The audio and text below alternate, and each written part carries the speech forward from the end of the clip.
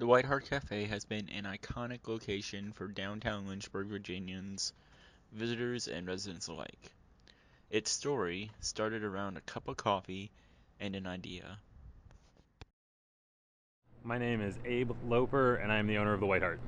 So I grew up in Ohio and went to college in Michigan, got my first job in Chicago, and then met a pretty girl and ended up in Lynchburg.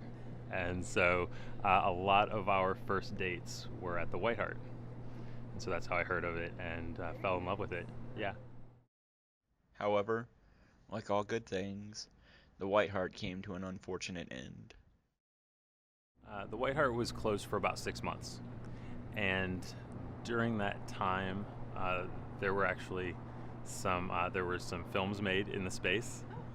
Yeah, and it was rented out to the crew and cast by the owners of the building. But I think the best answer for why it closed was that uh, the business was not offering a product and service to a broad enough range of customers at the right price in order to make ends meet. Not wanting to see the end of this downtown icon, Abe began a plan to revive the White Hart and to make it better than ever before. I bought the White Hart after it closed because I loved the White Hart and I didn't want my favorite coffee shop to be gone. It wasn't that, from a business perspective, I saw this incredible investment. What I saw was a business that had struggled a little bit to make ends meet, but that offered an incredible service to the community and the customers. And it was my goal to test my own knowledge and see if I could gather the right team of people and offer the right products so that the business could be sustainable. The previous owner and I had a variety of meetings prior to me purchasing the White Hart from him, and those meetings primarily centered around his desire to ensure that any new owner was going to steward the business in a way that he would be proud of, and he wasn't going to sell it to just anyone. And so we talked a lot about our desires for the direction of the business and social responsibility, a commitment to community, things like that. And so when I bought the White Hart, it was definitely an agreement that was more than just financial. I, on the other hand, was insecure in my own ability to roast good coffee. I knew that the White Hart was known for that, and so part of our agreement was that the previous owner would agree to roast coffee for us for a minimum of 6 months, and also train myself and one other staff member to take his place after those 6 months were up. When those 6 months had passed, he asked if he could stay on and continue roasting. Our relationship is very good.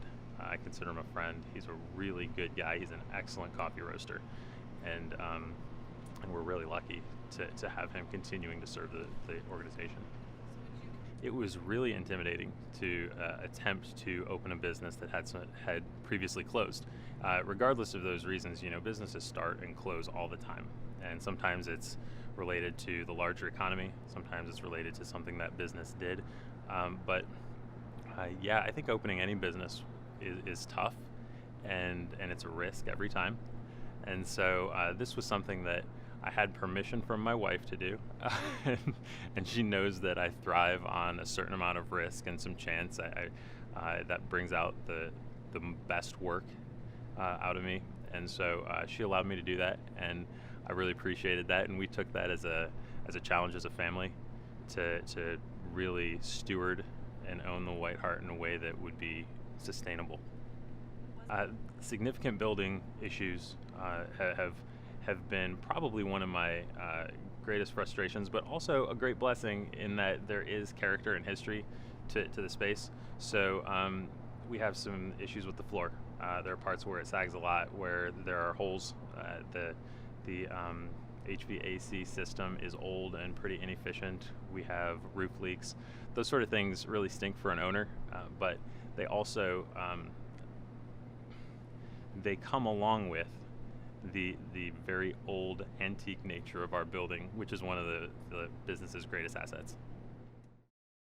Like his predecessor before him, Abe believes that the White Hart's most important service is serving the members of the community. I have paid close attention to the downtown revitalization for about 7 years, And what I've noticed is that um, spaces where businesses frequently close really have a hard time sustaining the critical mass that they need in order to I think, receive the investment they need. So it was really important for downtown, I believe, that the White Hart be opened by somebody and be run as a restaurant and a really cool place for people to hang out. The White Hart has never struggled to uh, to achieve some degree of notability among college students. Uh, our trouble is really making sure that folks who live and work in Lynchburg year-round come here every now and then for lunch or breakfast.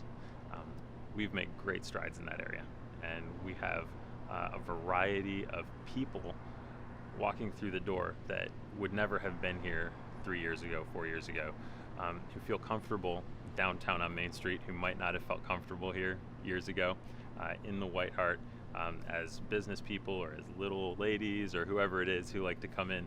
So I'm really proud of that. And I think being a place that the whole community supports, and they don't have to have rallies or conduct campaigns of any sort. When somebody comes in and they buy a coffee, I feel like they're supporting me and I'm supporting them. You know, we're making an exchange, and they're giving me some hard-earned dollars in exchange for something that they think is worth more, which should be an omelet or a sandwich or a coffee. And when that happens, both of us, both parties in that transaction, are edified. And in that, I feel like we're serving the community really well. My vision for the White Hart is that the White Hart would be a place that everyone is aware of.